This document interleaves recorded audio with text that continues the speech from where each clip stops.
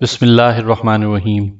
پیش خدمت ہے ناول جلات کی قسط نمبر 8 اور اس کے مصنف ہیں ایم راحت۔ گلوتی چلی گئی تھی لیکن سندو کا دل بری طرح دھڑک رہا تھا۔ اس کے کانوں میں گلوتی کی آواز گونج رہی تھی، میں سب کچھ خود ہی کر لوں گی، تم جوان ہو، بھگوان تمہیں جیتا رکھے۔ ایسی جوانی کس کام کی جو کسی کی عزت نہ بچا سکے، سندو نے سوچا، اور پھر اسے گلوتی کے الفاظ یاد آ گئے، پربھو کے ہاتھ میں نے خود کاٹ دیے ہیں، وہ بغیرت نہیں ہے۔ اگر پربھو بغیرت نہیں ہے تو پھر یہ بڑی خراب بات ہوگی کہ اسے کچھ معلوم نہ ہو۔ اگر گلوتی اور کانتی کو کچھ ہو گیا تو اس میں وہ خود بھی قصوروار ہوگا۔